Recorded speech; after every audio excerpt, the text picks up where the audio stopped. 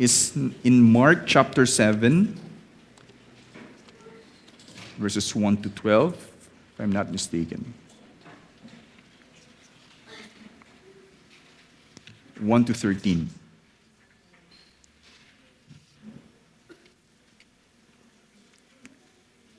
Mark 7, verses 1 to 13. Church, hear the word of the Lord.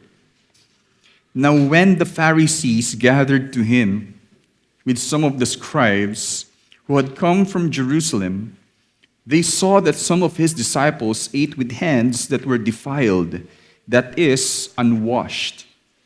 For the Pharisees and all the Jews do not eat unless they wash their hands properly, holding to the tradition of the elders. And when they come from the marketplace, they do not eat unless they wash. And there are many other traditions that they observe, such as the washing of cups and pots, and copper vessels, and dining couches. And the Pharisees and the scribes asked him, "Why do your disciples not walk according to the tradition of the elders, but eat with defiled hands?" And he said to them, "Well, did Isaiah prophesy of you hypocrites? As it is written, this people honors me with their lips, but their heart is far from me. In vain they do worship me, teaching as doctrines the commandments of men. You leave the commandment of God and hold to the tradition of men." And he said to them, "You have a fine way of rejecting the commandment of God in order to establish your tradition. For Moses said, 'Honor your father and your mother,' and whoever reviles father or mother must surely die. But you say, if a man tells his father or his mother, 'Whatever you would have gained from me is korban,' that is, given to God, then you no longer permit him to do anything for his father or mother, thus making void the word of God by your tradition that you have handed down. And many such things you do." Church, this is the word of the Lord. Amen. Sige po, please be seated.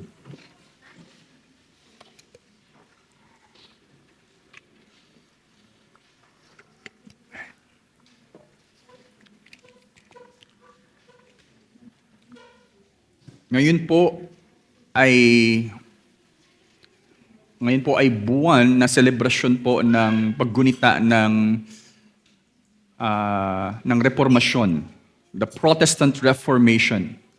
In history, October 31st po, nung time na si Martin Luther ay naglagay ng tinatawag na dokumento, which is actually in particular 95 theses, na siya po ay nagbibigay actually he wants to engage. He is challenging the doctrines, the practices of the Roman Catholic during that time that is against what the scripture clearly says, especially in contradiction to the sufficiency of Jesus Christ or the gospel.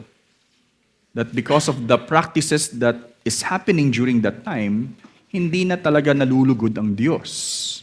And it's very clear. So every October, meron pong month-long celebration ng Reformation. There are conferences.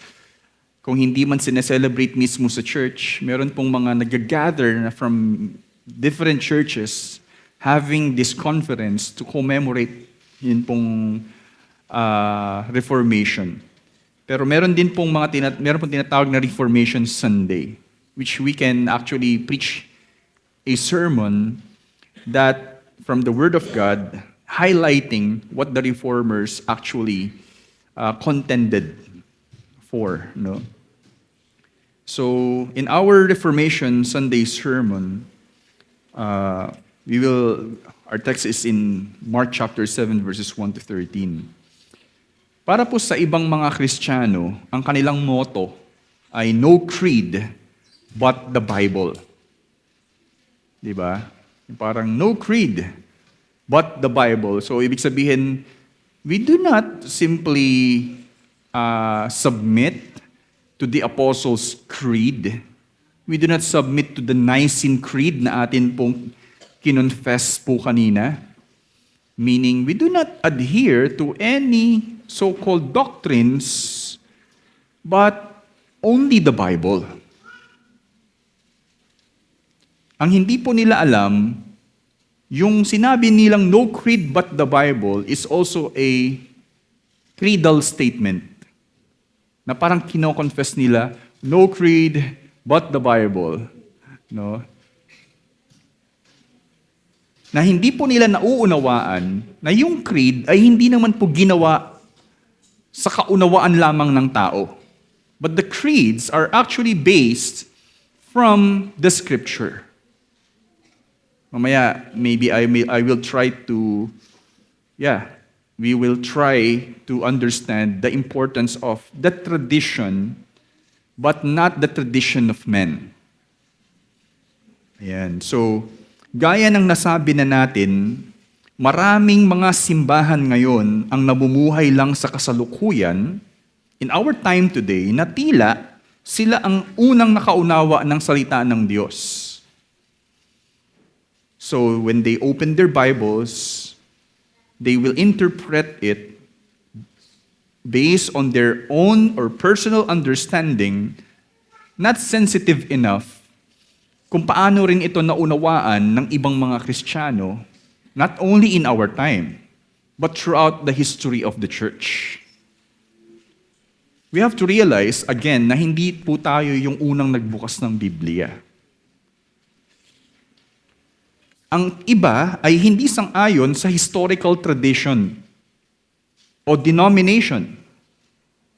Meron nga pong non-denominational na tinatawag. Na tila ang pagpapalawig ng kanilang simbahan ay kaiba rito. Ako po yung ibig kong sabihin doon. For example, we are a non-denominational church pero marami silang mga churches all over the Philippines and even outside the Philippines. As if sila po ay hindi maituturing na parang denomination na po. Because they are also believing on particular practices na sinet po ng church nila. And throughout many years, nag-i-exist sila na meron silang ini-implement. But they will say, we do not want to become a denominational church. But they are actually setting a record in history na sila ay nag-i-exist. It is a contradiction also na wala pong masasabing church na hindi kabilang sa isang denominasyon. Kasi meron pong church na particular na doctrines at pinaniniwalaan. So, the problem is, pag hindi po tayo tumingin sa mga nauna po sa atin, there will be a danger na malihis na po tayo sa kung paano yung pinaglaban ng mga nauna sa atin ang tamang doktrina mula sa Biblia. Paano nga ba dapat mamuhay ang mga simbahan ngayon? We're talking about the necessity kung paano dapat mag-exist yung church ngayon and onwards. Kailangan ba nating mamuhay sa sarili nating kaunawaan sa salita ng Diyos? O kinakailangang mamuhay rin tayo sa kung paano ginabayan ng Diyos ang kanyang buong kawan sa kasaysayan sa salita ng Diyos na pindeserba ang purong katotohanan nito? Ayoko pong lumihis, pero let me just go through this. Mahalaga bang matuto rin tayo sa mga nauna sa atin?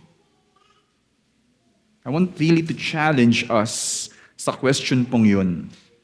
Kaya ngayong Reformation Sunday, ang ating sermon ay pinamagatang The Godward Legacy of the Reformation.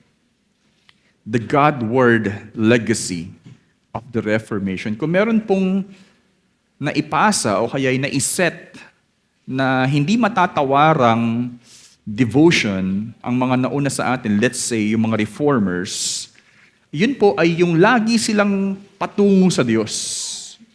The end point is always toward God, not men. If you will go through, let's say, kung paano po sila namuhay, kaya nga po yung the idea of the Reformation is to go back to its original form, which is yung pagkahubog ng simbahan base sa salita ng Diyos. And one attribute ay yung pagiging Godward po ng mga mga reformers, mga reform. Ang pinakamensahe nito ay the church must hold constantly to the great tradition established by God in His Word than the mere tradition of men. Let me repeat. The church must hold constantly to the great tradition established by God in His Word than the mere tradition of men. I believe that every church must be an apostolic church.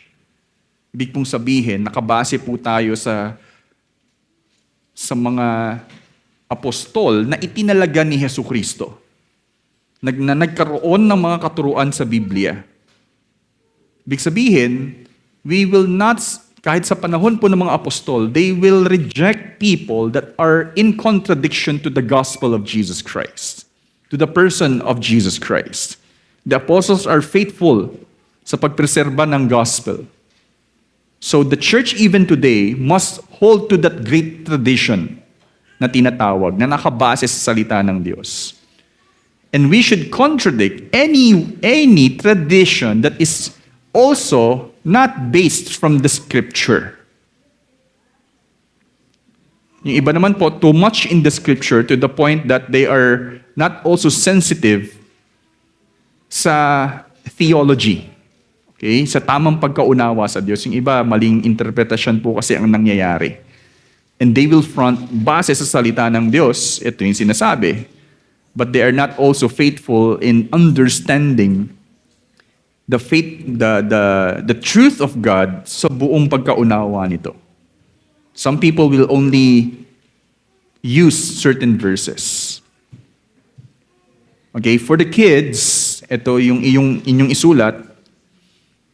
Okay, look at this. God's authority stands over men.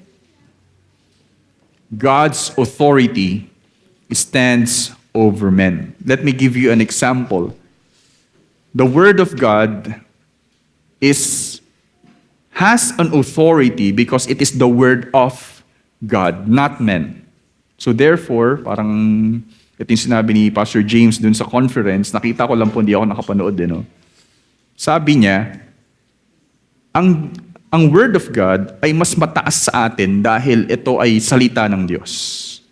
And anything that supports the Word of God, like the creeds, ay mas mataas pa rin sa tao. Dahil yun, pero ang creeds ay mas mababa sa Scripture. But since the creeds are based from the Scripture or highlighting the important teachings of the Scripture, doctrines of the Scripture, mas mataas yun sa atin. The elders of the church ay hindi basta may otoridad lang sa tao, pero dahil sabi sa salita ng Diyos, binigyang otoridad ang mga elders para mamahala sa simbahan. Therefore, the elders are not above the Scripture. The Scripture is above the elders, and the church should adhere to the leadership of the elders. The point is, mas mataas lagi ang authority ng Diyos kaysa sa tao, which is based in the Scripture. Dapat yung authority na yun. Right po? So, dalawang magkasalungat na bagay ang tinutukoy nito sa teksto. Two things that is in contrast with each other na makikita po natin dito sa text. In verses 1 to 8, I call this traditionalism. Okay, explain po natin later yung ibig sabihin ng traditionalism. Hindi po ito basta tradition lang. Pero in simple understanding, yung parang masyado kang nakabase lang sa tradisyon. Not merely sa otoridad ng tradisyon na yun. Na yung pinagbabasihan, I mean. Pangalawa po, verses 9 to 13, we can see this is about the great tradition. This is the contrast. The great tradition, which is the tradition that is set from the Word of God or commandment of God.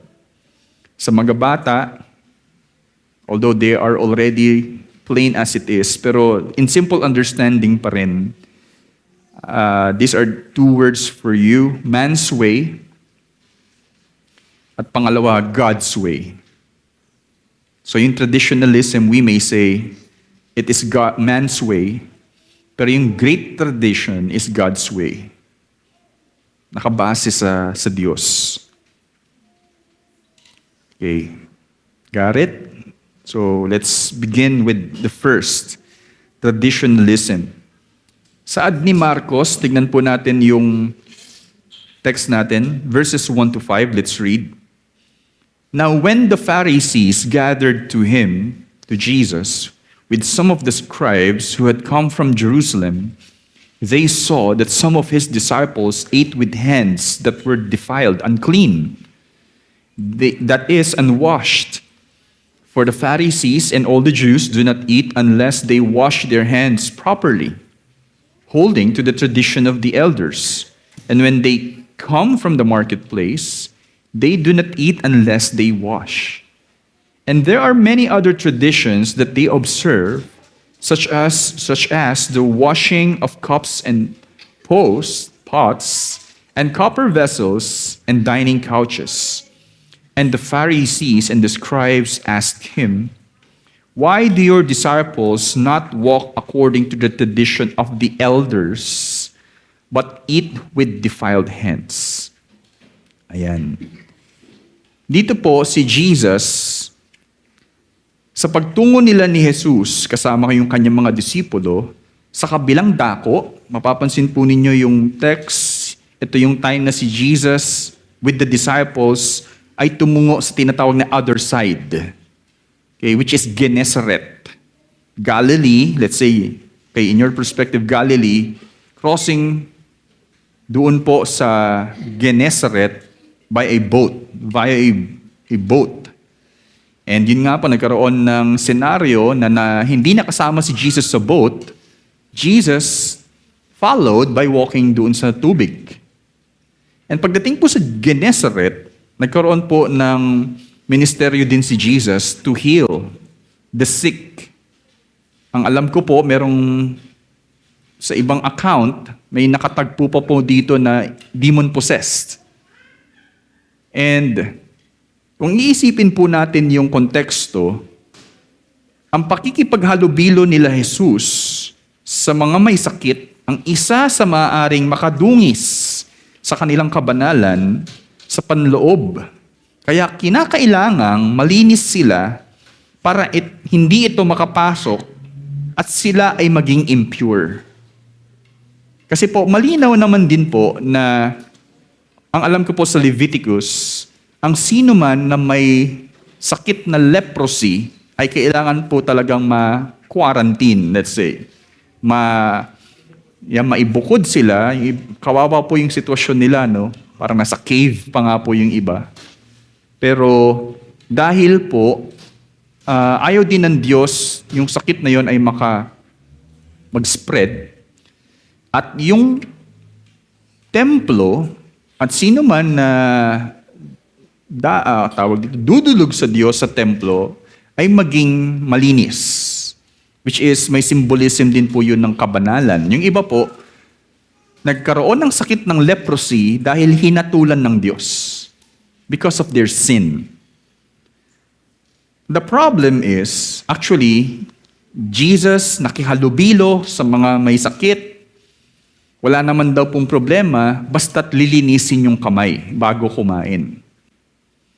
So that yung mga utensils na gagamitin nila ay hindi mahawa at pag ginamit nila yung kutsara, kung may kutsara during that time, meron naman siguro, no? At kumain, yung pagkain, nadampian na po iyon ng karumihan ng uncleanness.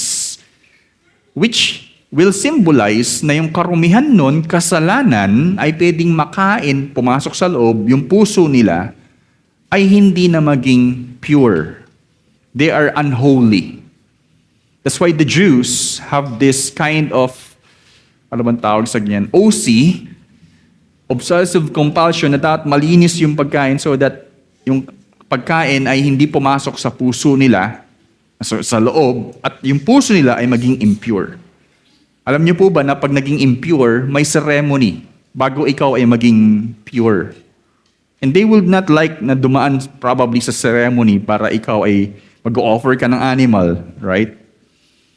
Now, the point of Mark, at least in the narrative, binibigyang pansin rito ni Marcos sa salaysay ang tunay na kabanalan ng tao ayon sa higit na otoridad ni Jesus. Kung saan, sa verse 15, mag-jump po tayo sa verse 15, in-address po ni Jesus dito yung issue. Sabi po niya muna sa verse 15, there is nothing outside a person that by going into him can defile him. But the things that come out of a person are what defile him. Ano pong sabi ni Jesus doon? Sinabi po niya sa mga disipulo, listen to me, hear me, all of you, and understand. Wala daw pong bagay sa labas ng tao na makapagpaparumi sa kanya. Pero, but the things that come out of a person are what defile him. Verse 21, if you will look sa verse 21, from within, out of the heart of men come evil thoughts. Sexual immorality, theft, murder, adultery, coveting, wickedness, deceit, sensuality, evil, slander, pride, foolishness. All these things come from within that defile a person. The Jews are thinking, marurumihan daw yung puso nila coming from outside. They didn't realize yung puso nila mismo ang problema na kailangang mabago, malinis, para sila ay tunay na maging banal. They're treating the practice of washing the hands as if their hearts will be maintained pure as it is. Not realizing yung puso pala ng tao, by its nature, sinful nature, lumalabas yung ganitong mga kasalanan. Jesus wants to address, you need a change of heart. You need a new heart so that you will become pure. Only Jesus can do that also. Yun yung punto rin po dito. Sa makatuwid, ang makasalanang puso ng tao ang mismong nagdudulot ng karumihan sa atin at hindi ang mga nasa labas nito. Pinaraphrase ko lang po, sinabi na po ni Jesus ito. Kaya ang tugon ni Jesus in our text, back to our text in verses 6 to 8, and he said to them in his response, well, did Isaiah prophesy of you, hypocrites? Di ba nag-prophesy sa inyo sa Isaiah? As it is written, this people honors me with their lips. Parang dinidirekta sila daw yung sinasabihan ni Isaiah. But their heart is far from me. In vain do they worship me, teaching as doctrines the commandments of men. Ginagawang doktrina mismo yung kautusan lamang ng tao. You leave the commandment of God and hold to the tradition of men.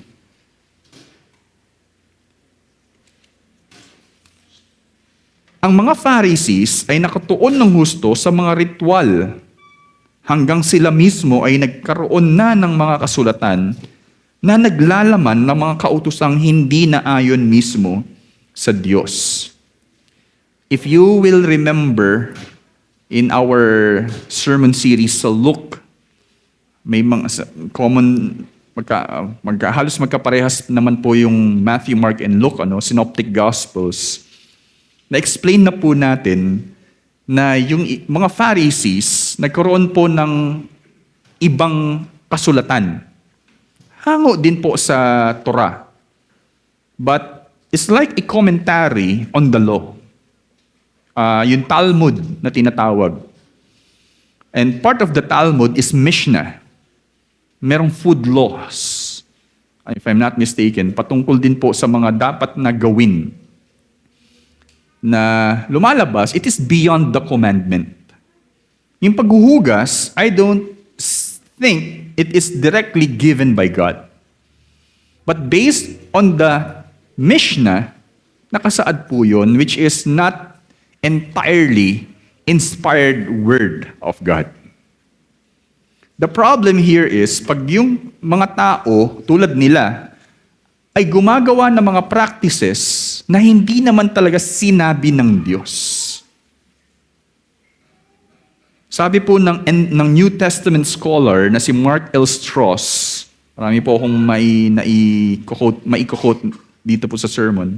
Sabi po niya dito, while we respect and honor the great tradition, this is the tradition from God, we must not let our beliefs and practices become mere, this is what we call the traditionalism.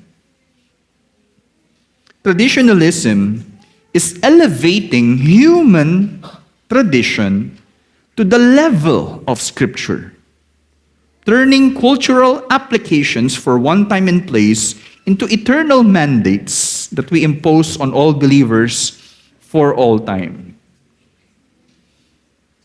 That is what we call traditionalism. This is the authority of the Scripture, and you create practices as if it is like coming from the Scripture, but not guarding yung purity ng Scripture, halos malayo na sa Scripture yung practices. And and then ini-impose sa tao on a level na halos parang siya ay Scripture. Kaya mayroon pong question, why do you do what you do?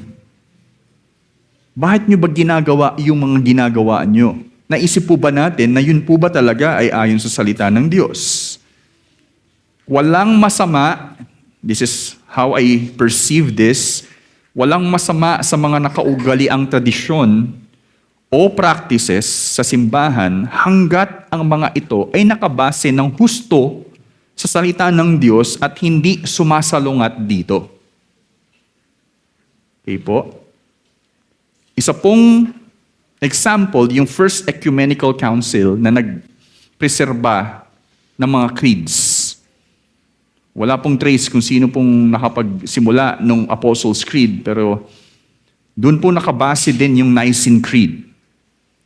Kasi during that time, sa Bible, sa New Testament, sila Paul, may mga nilalabanan po mga false teaching saying that Jesus is not a real person.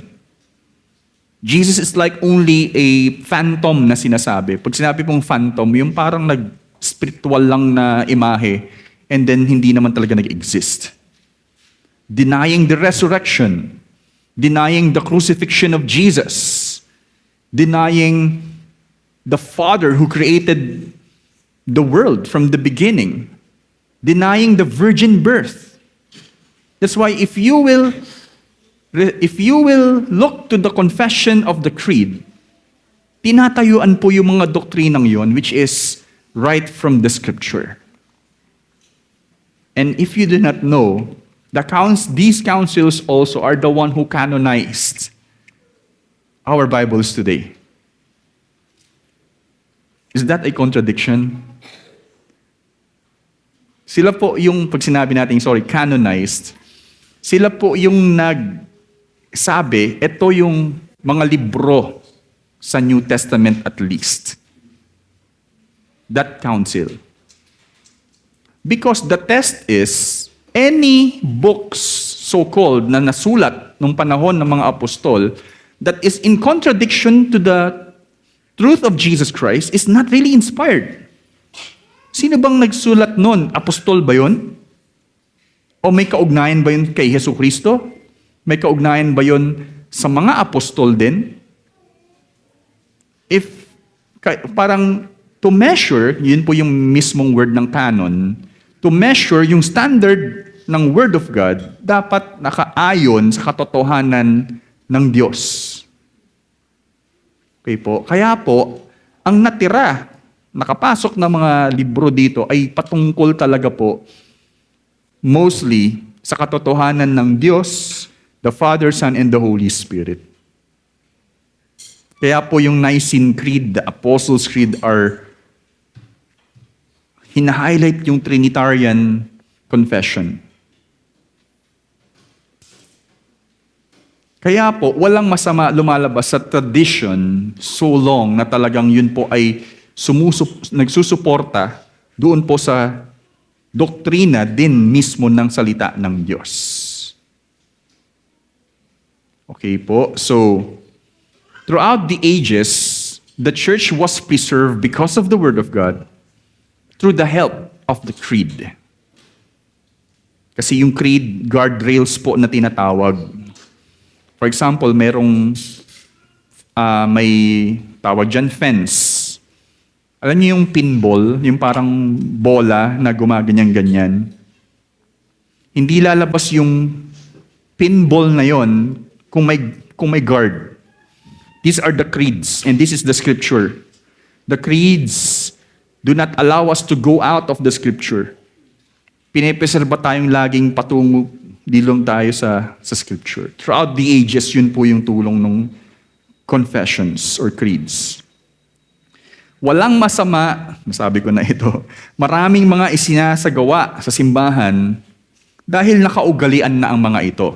Okay? May mga practices po tayo sa church na nakaugalian na po natin. Ako po, lumaki po ako sa isang church na masasabi ko po na emotional yung worship, whatever po, no? Dapat maunawaan natin ng husto ang mga ito sa malalim na pagkaunawa sa salita ng Diyos at hindi lang basta dahil nakasanayan na ang mga ito. Naintindihan po natin yun? Ang reformer na si Martin Luther ay nagtala ng 95 theses na kumikwestiyon sa mga practices sa simbahan na hindi lang taliwas sa salita ng Diyos, kundi kalapastangan sa kabanalan ni Jesus at sa kasapatan ng kanyang ginawa sa krus. For example, ano pong tawag dyan? The purgatory, sabihin po natin, the merits na kapag ikaw ay nag-contribute, what's that?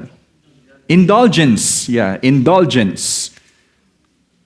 Magkakaroon ka ng tsansa na while your soul is in purgatory or someone is in purgatory, when you give, magkakaroon ng tsansa na yung kaluluwa ng taong yon ay mapupunta sa langit. That is, tawag nga po dyan ay disrespect to the sufficiency of the sacrifice of Jesus on the cross. Then when you put your faith in Jesus, surely you are saved. Wala nang iisipin pa na nasa punta ka muna sa purgatory kasi hindi pa desidido ang Diyos kung saan ka pupunta eh. And then hindi enough yung faith natin, yung paniniwala natin kay Jesus. Hindi enough yung ginawa ni Jesus. You add something. So you will be sure. Yung panahon po nila yung iyon, gagawin na lang po nila yun para lang ma-sure na sila ay safe. Instead of knowing the scripture, but during that time, wala silang chance para aralin yung scripture. Well, because that's a good, somehow sana, mga aral lang ang makakapag-explain. But now, because of the time onward, maraming na print, na i-translate yung Bible, no? Hindi lang mga reformed basta ang nanumbalik sa salita ng Diyos. Let me clarify that.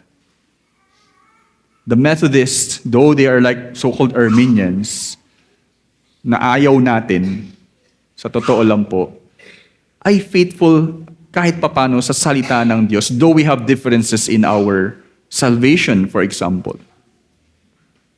The Anglicans, if I may say, high liturgical worship. Parang walang sinabi po yung the way we worship actually. Other Protestants ay nanumbalik sa salita ng Diyos. Hindi lang sila nanumbalik, kundi ang malawak na sanga ng Protestantism, marami po ang nanumbalik sa salita ng Diyos. Lahat ng simbahan ay may mga kahinaan at kalakasan sa mga partikular na historical tradition o denomination na kinabibilangan nito. So don't ever claim being part of the denomination ng Presbyterian, for example, or Reformed. Kami na yung perfecto, no? Again, meron pong kahinaan at kalakasan ang bawat isa. But this is my word. Ngunit may mga maituturing na nagsisikap na maging tapat na tumayo sa salita ng Diyos at lalong-lalo na sa Ebanghelyo. They have their own weaknesses and strengths, pero meron pong makakaasa tayo na laging pupuntiryahin ang salita ng Diyos, pupuntiryahin ang Ebanghelyo. Ayan po, we do not claim anyone who is the one who is like inspired or close to the Bible, but we can somehow see some na talagang true enough, ganun po sila. Yun po yung traditionalism, and second, the great tradition. We call it, it is called actually the great tradition. Sunod na sinabi ni Jesus, verses 9 to 13, basahin po natin the rest of the verse, and he said to them, "You have a fine way of rejecting the commandment of God, not men, in order to establish your tradition. For Moses said, 'Honor your father and your mother,' and whoever reviles father or mother must surely die." Sabi po yan sa kasulatan ni Moises. "But you say, if a man tells his father or his mother, 'Whatever you would have gained from me is korban that is given to God,' then you no longer permit him to do anything for his mother or father or mother, thus making void." Kumbaga, na walang saysay ang salita ng Diyos by your tradition that you have handed down. And many such things you do. Wow, galing po ni Jesus po dito actually, no? Partikular na tinukoy ni Jesus ang paglabag ng mga Pharisees clearly sa kautusan ng Diyos para daw masunod ang kanilang intensyon sa pag-establish ng sarili nilang kautusan. Gumawa sila ng maituturing na tradisyon na kung anuman ang maipanata na maibigay sa Diyos ay dapat gampanan ito kahit ito pa ay kailangan ng mga miyembro ng pamilya. Imagine this. Yung korban, sinabi na po mismo ni Mark na yun po ay, ang ibig sabihin ay given to God. Parang this is already devoted na maibigay sa Diyos. Sabi ni Jesus, alam ni Jesus yung issue po doon eh. Tradition po yun ng mga Pharisees, for example. Na kung ikaw ay, for example, ay may nalikom na pera and naitalagang korban yan, kailangan mong sundin na maibigay yan sa Diyos. Ilagay mo sa templo. Even if yung pamilya po ng taong yon ay may mga pangangailangan, for example, walang makain, kailangan po ng ganitong pera sa pamilya for example, health reasons. Hindi, kailangang ibigay mo yan kahit mag-suffer sila. Sinet po yun ng mga Pharisees as if yun ay doktrina, but it contradicts, sabi ni Jesus, yung pag-honor sa father and mother. Okay? Kasi po, lumalabas, Jesus is contradicting that practice because it is not clearly stated in the scripture. Ang issue po dito, yung mga nagpa-practice po nun, ay may pag-aabuso para makalikom ng gusto sa templo. Yung mga Pharisees, gusto po nilang ina-abuse po nila yung mga taong yon na korban yan, ibigay mo dito at parang kinakalimutan naman yung kabutihan ng mga pamilya ng taong yon. Kaya mayroong magandang sasabihin po. Ito, sinabi po ni Craig Kinner dito. Jesus attacks here not the Pharisees, religious theory, but these Pharisees' inconsistency with that theory in practice. Their love for the law had led them, like some modern Christians, to such attention to its legal details that it created loopholes for them to violate the spirit of the law. Ano po ba yung spirit ng law? Actually, to love God and to love others.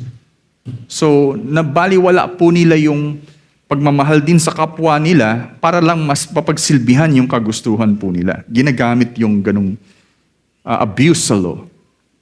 And how about in our confession of faith? Sabi po sa Westminster Confession of Faith, 21.1, patungkol po sa religious worship and Sabbath day, sabi po dito, the light of nature shows, yung ilaw daw po yung creation, shows that there is God, who has lordship and sovereignty over all, is good, and does good unto all, and is therefore to be feared, loved, praised, called upon, trusted in, and served with all the heart, with all the soul, and with all the might. That first statement is telling us, meron talagang Diyos na kailangan nating sambahin. But the acceptable way of worshiping the true God is instituted by Himself and so limited by His own revealed will that He may not be worshipped according to the imaginations and devices of men or the suggestions of Satan under any visible representation or any other way not prescribed in the Holy Scripture. Dito po pumapasok yung commandment din na you shall not create any graven images na sinabi po mismo sa commandment ni Moses. The regulative principle of worship, that we will not do such practices as if sinabi po yun ng Diyos sa Scripture. Bagamat critical ang pagsasagawa ng mga tradisyon sa simbahan, kasi po, we have to make sure na yung mga ginagawa po natin ay base talaga sa salita ng Diyos. It is critical, kasi paano kung hindi? Kawawa po tayo doon. Hindi rin nangangahulugan na kailangan lang nating matuto sa sarili nating kaunawaan sa Biblia o sa sarili nating denominasyon. Kaya po tinawag na the Great Tradition. Ito po yung isang perspective na gusto ko pong makita po natin. Kasi po, itong mga Hudyong ito, nakatali lang sila sa sarili nilang kaunawaan. Okay? They are not engaging in the conversation of what the Word of God truly says. That is not merely from their interpretation. Ang simbahan ay itinatag ng Diyos ayon sa otoridad ng salita ng Diyos. Okay? Authority of the Scripture na itatag po yung church bilang isang komunidad. Let me highlight that. Hindi po, yung komunidad na yon ay hindi lang komunidad ng CLC Lipa, but komunidad ng maraming mananampalataya, not only in our time, but throughout many generations. Doon po, nasa konteksto po tayo ng malawak na komunidad. Hindi tayo dapat manahan at dumepende lamang sa lokal nating kongregasyon. Imagine a church na nag-iisa lang at sila lang yung parang tama. Kung hindi, pati sa kapwa nating denominasyon, yes. The good thing about Presbyterian is a group of churches that is elder-led, hanggang sa buong evangelical, yes, outside our denomination, or o kaya'y Protestant churches ng bawat nasyon kahit sa mga nauna pa sa atin. Sabi nga, we are just joining the conversation.